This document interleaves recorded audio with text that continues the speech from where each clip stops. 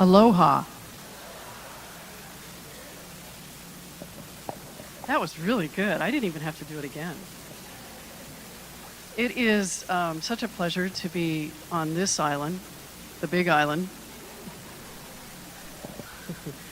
Coming across the pond and coming home, it was such an interesting time to reflect the long time that we spent in Maui. We were gone 7 weeks. Wow. And it was literally the first real vacation I've had in 25 years. Can you believe that? My corporate career before I retired and became a minister, I never had a vacation where I didn't have to have my phone right here.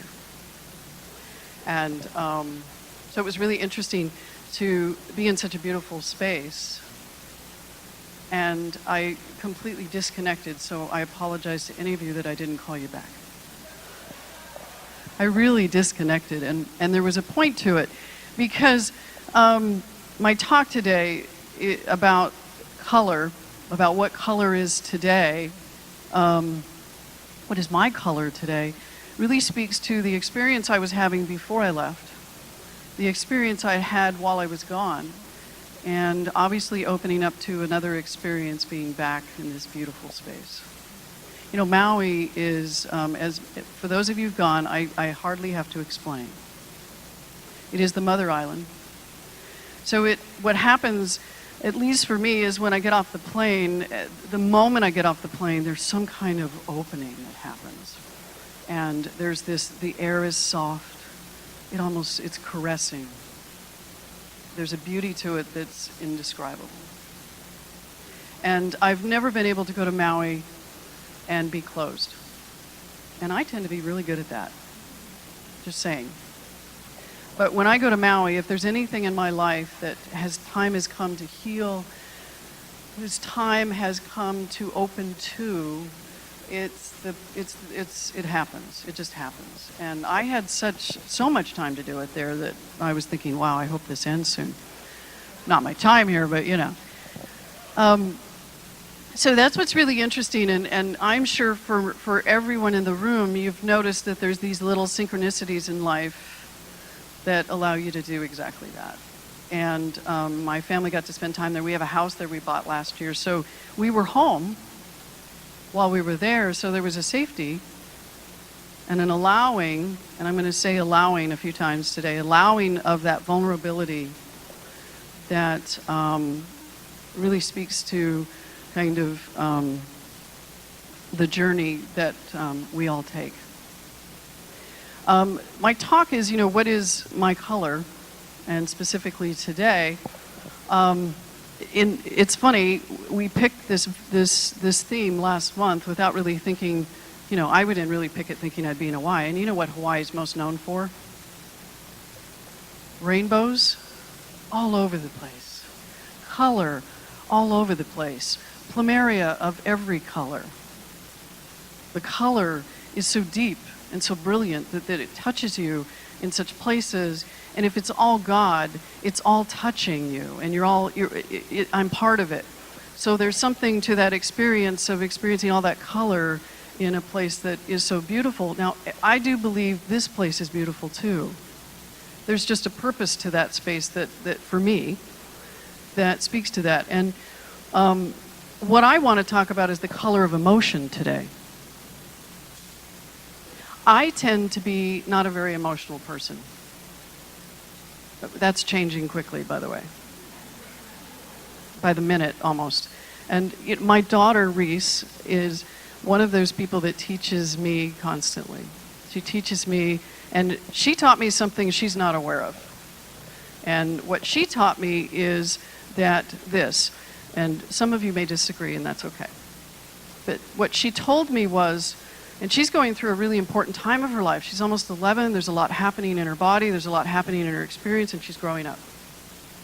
And what she said to me is, I cannot control my emotions, Baba.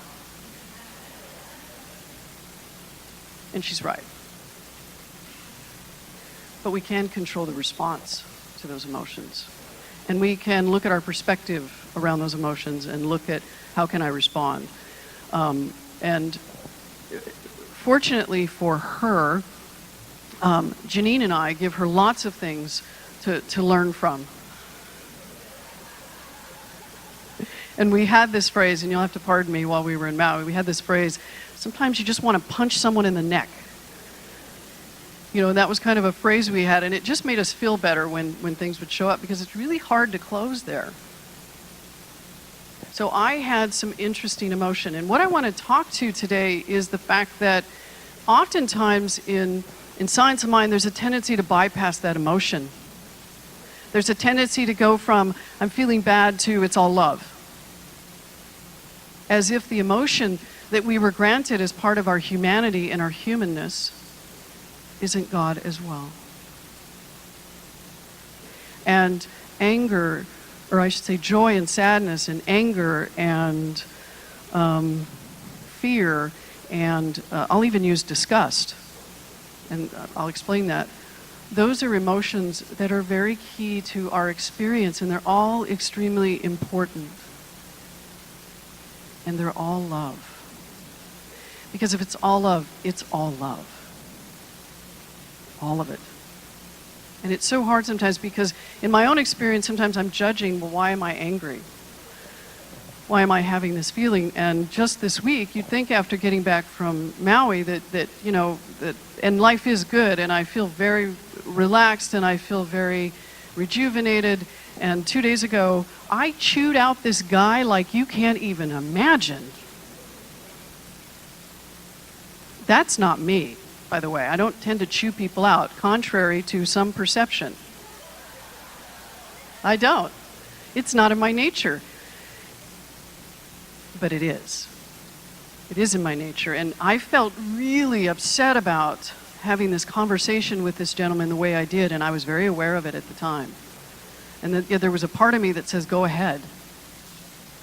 See where this goes. And my chewing out is probably not what some people might call chewing out, but it was my chewing out. And he was very rude to Janine and I won't go into detail about it, but the point of the matter is, at that moment, my expression of anger was really actually very important. It really served an importance in that moment, because I am not good at anger. I tend to push anger down, and anger is a really great tool. And when I was in Maui, I had some sadness, and that sadness was really uncomfortable. And I had a conversation with my minister mentor, and we talked through some things while I was there, and she was so amazing, and she said, don't ever apologize for who you are and how you express the God that is you. And I really heard that. I hadn't heard that before, although Janine will tell me she says that to me all the time. Right? So I want to start this, although I did start, I guess, technically, but I want to start the real talk with the respect of, there was a movie that came out, and I can't remember all of a sudden when it came out, but it was a movie called Inside Out. How many of you got to see that movie? I know all the kids in the back saw it. And I love animation. I think it's an amazing tool. And Inside Out is this beautiful film, and Aiden's going to pull it up. I'm going to play a clip for you.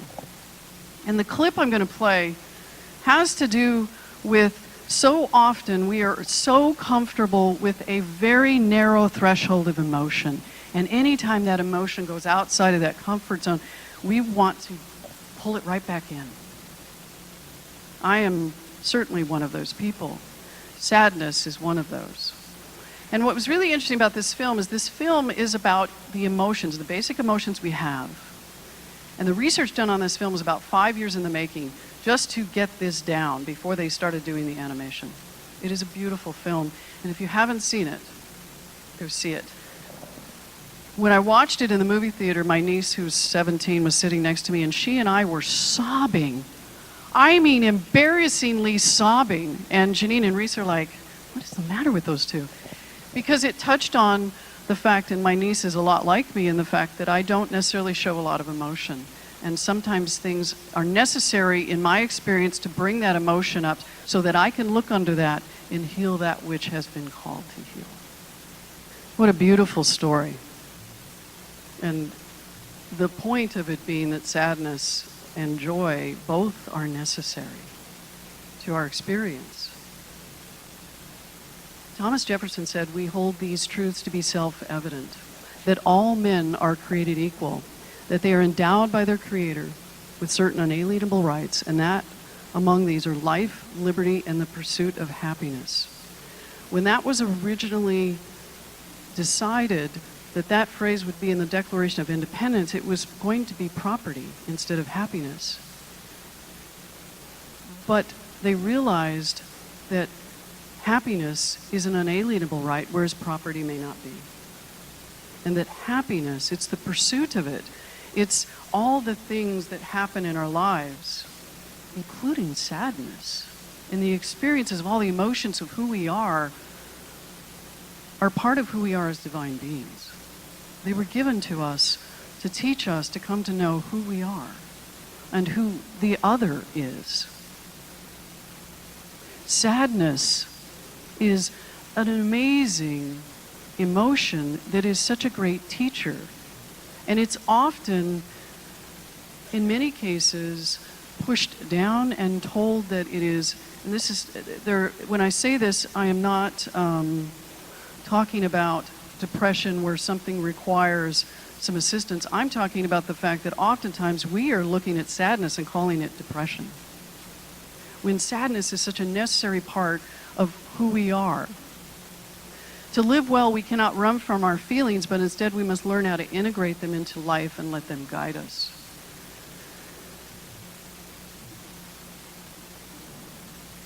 Anthony Horowitz and Jerome Wakefield wrote a book called The Loss of Sadness. And they said we're in danger of doing exactly that. Sadness is frequently presented as wrong, pathological even, as if a kind of mild depression. This means we're at the risk of losing sight of sadness as an inherent aspect of the human condition. It's important. I'm talking about sadness because I can't talk about all the other emotions. But I'm using that as an example because it is the opposite of something we're much more comfortable with, which is joy. Joy is so easy. And joy, you're easy too. It's easy. And when we're sad, the first thing, at least I tend to do, is I want to push it away or move into a different emotion. And something that I was working on when I was in Maui was, what would happen if I didn't push it away? What would it teach me?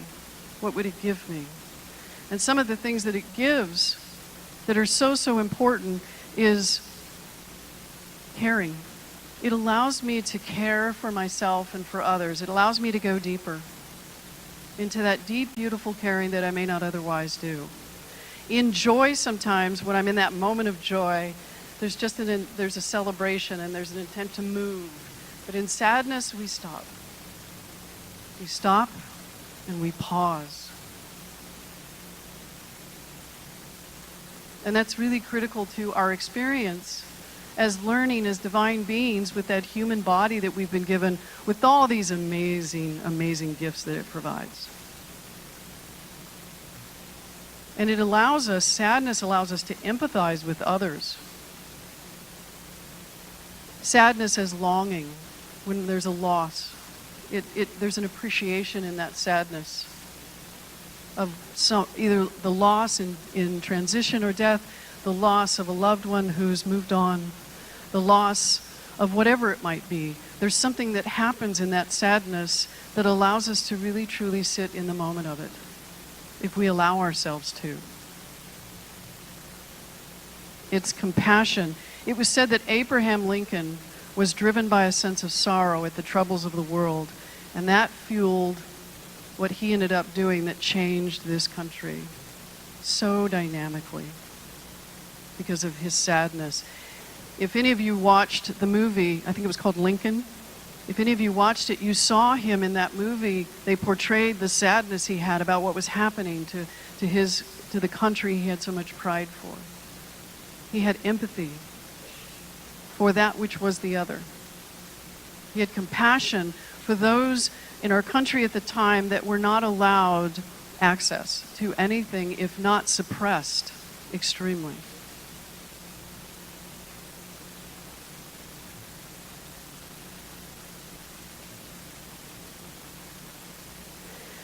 In Science of Mind, what's really, really interesting about it is we're to look at this life as an experiment. It's our lab. We get to play in the realm of looking at how our universe works.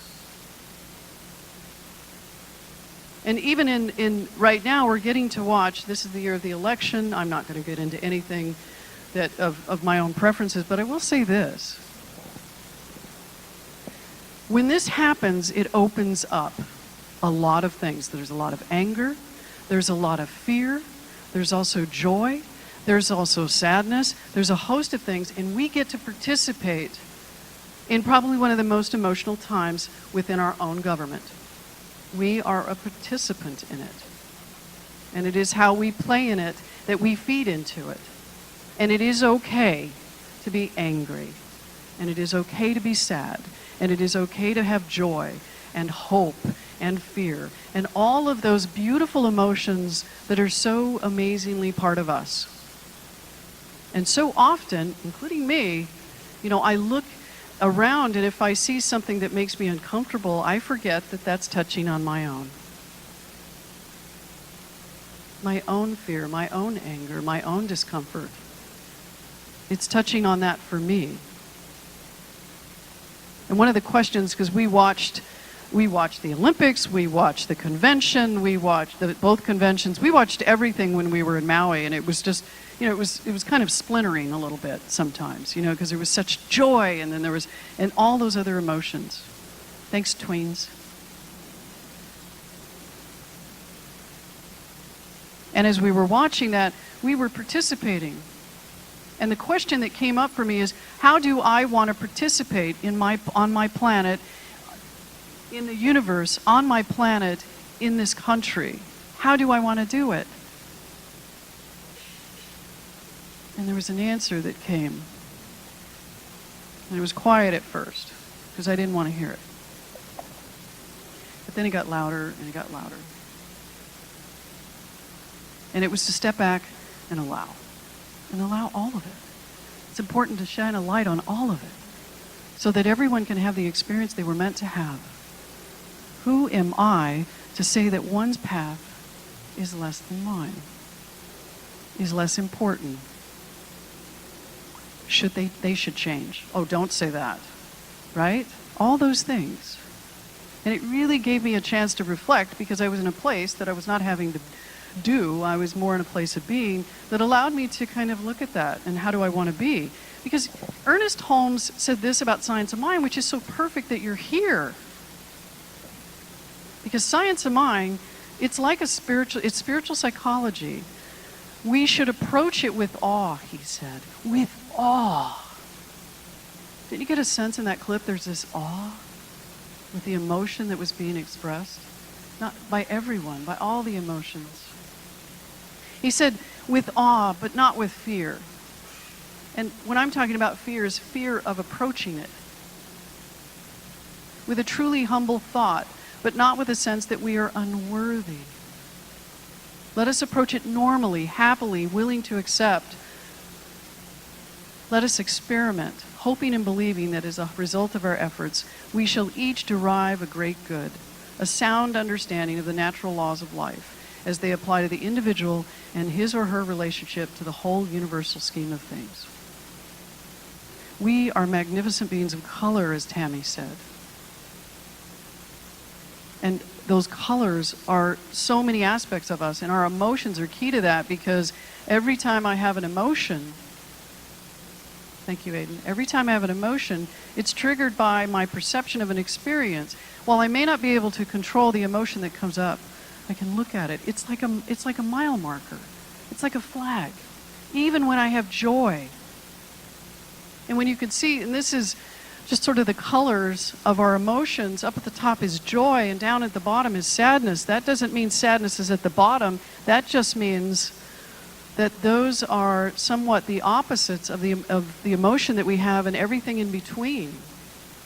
If you look at those, I'm sure we've had every one of those, you've experienced every one of those emotions. Is there anyone here who hasn't had those feelings? Just let me know, because I want to talk to you. Every one of them. The rainbow of color.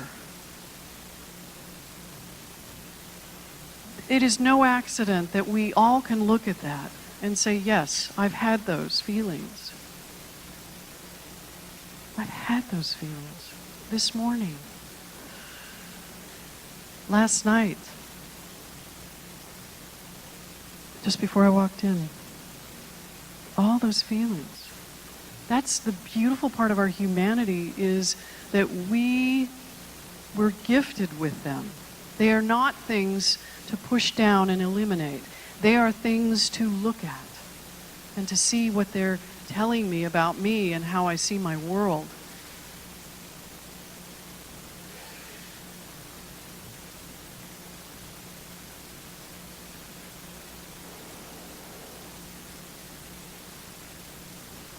There's a writer who I love, and she says, there is no envy, jealousy, or hatred between the different colors of the rainbow, and no fear either, because each one exists to make the other's love more beautiful. Each emotion that we have is so important. It's a gift. It's a gift if we let it. And that's the key, if we let it. If we allow it to teach us, to show us, and not to judge that we have those emotions, and not to judge what's under those emotions, and not to judge others for their emotions. If we can sit in it and see what it's telling me about me without judgment or criticism, what I'll find is there is this beautiful universe smiling on me saying, my beloved, in who I am well pleased.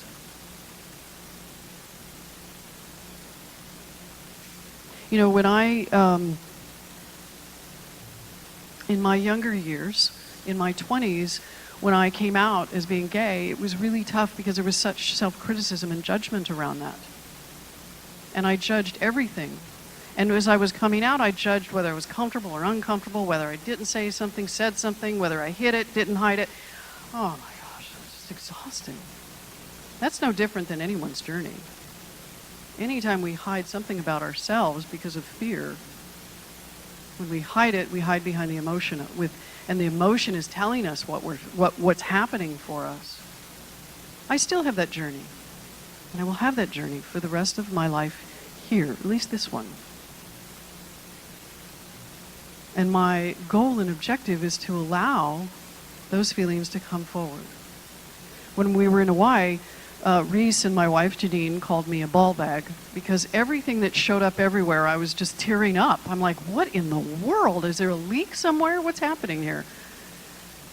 Because I was finding myself feeling sad and feeling joy. I would cry at joy, I would cry at sadness, I would cry at anger, I was crying all over the place. Because I was allowing those emotions to come forward to tell me a little bit more about the secrets that I locked up. And it was allowing me to have this experience that I was meant to have and that I waited for, and that there was some divine appointment for me to have that very experience. And it's when I fought those emotions that I was, struggling more. So when I just allowed it instead of pushing it down, what I found is that, one, I moved through the emotion with such ease and grace. And I found myself having such gratitude for the life that is me. The life that is me, that is the divine. As Kathy said, I'm an outlet of the divine being expressed. Everything about who we are is divine. And it is someone, somewhere, something that said that part of me was not okay is somewhere, something, someone who feels they're not okay. Just remember that. Everything about us is so beautiful. If you look around the room, you see the color of personality, the color of physicality, the color of personality. That's no accident.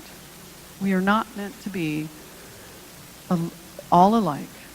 And the really interesting thing is I think in our culture, and you might agree with me this, there is a very narrow threshold of expression that we are allowed in some ways to have. Don't be too emotional. In fact, I'm as guilty as anyone. When someone cries, I hand them a tissue and say it's going to be okay. Let's move on. But how amazing would it be just to be able to feel all those emotions and it be okay? And it just be okay. And that it is part of who we are and part of who we were meant to be. Part of the experience that we're supposed to have on this planet at this time even. And my experience different than yours, but yet similar. My daughter's experience growing up on this planet is completely different. And who am I to tell her that what it should be, right? It's hers. And boy, did she tell us that. Often, she's moving into that place where, independence. She's trying to say, this is my body, this is my life. And we're, trying to keep her safe all the time, Can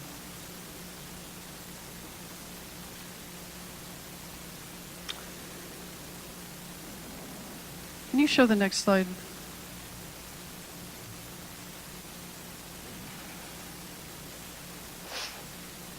Og Mandino said, I will love the sun for it warms my bones, yet I will love the rain for it cleanses my spirit. I will love the light for it shows me the way, yet I will love the darkness for it shows me the stars.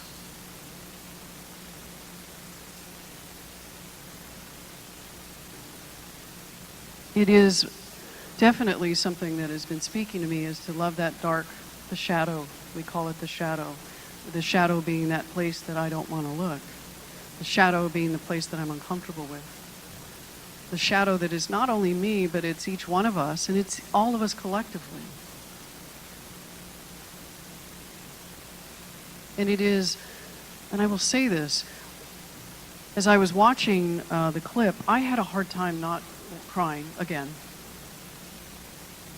Because it touches on something for me that is important. It is important to appreciate that, yes, it's all love. All of it. But the detail of it is important. And it's important not to miss those opportunities to have that experience of love. It would challenge you with this even. That as you have some of those emotions and you look in places in your life where you're uncomfortable. I don't like to be sad. I don't like to be angry. I don't like to be in disgust. I don't like to be in fear. But if I can be in that moment and just allow it. There's even a psychologist out there that says if you can actually sit in that emotion for 90 seconds, it will tell you the secrets of your world. 90 seconds. 10 is tough for me sometimes, I'm wanting to move out of it, but I tell you, my commitment is to sit in these places, these gifts, these colors of emotion, and allow the color that is mine today, allow it to show me who I am, who the divine of me is. Because in that place, underneath, as I allow that emotion and I settle into that emotion, it doesn't mean I react or respond to anyone from that emotion, but I sit in it and I allow it to whisper its wisdom to me. Whisper its wisdom to me. The secrets of the universe are revealed. Just as joy is so fun, sadness is so beautiful.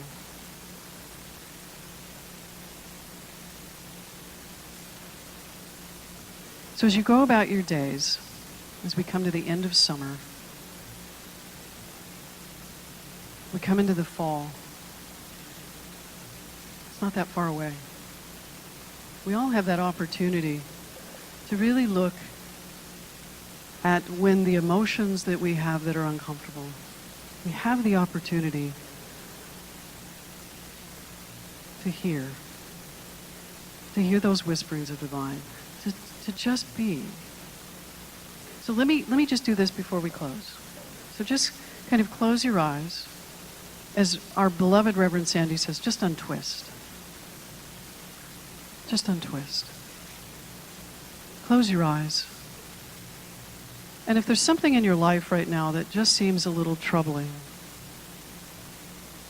what if the feeling that comes up, and you can go ahead and put that in your mind if you're comfortable, what if that troubling idea, experience, situation, what if you just allowed yourself, instead of feeling it like something maybe bad is going to happen, why not feel in this moment what it might want to tell you?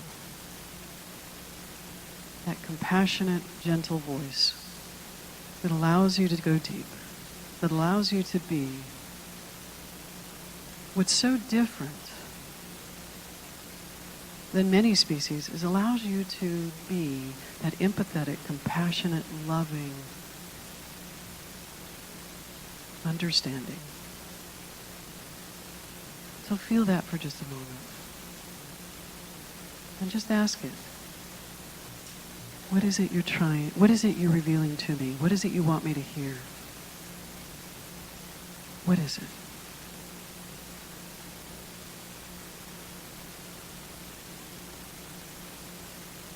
So as I close this talk with that, I just call forth my awareness, recognizing that there is only one power and one presence. We call it God. It is beautiful, and its beauty transcends as us. That beautiful expression that we are, that is the recognition of the divine. That as we walk through this diverse, colorful collection of experiences and emotions that we call us, I just know that the depth of my soul is deep enough, and that my experience is deep enough that I can be in that moment and allow those beautiful emotions to teach me, and I know that for each person here.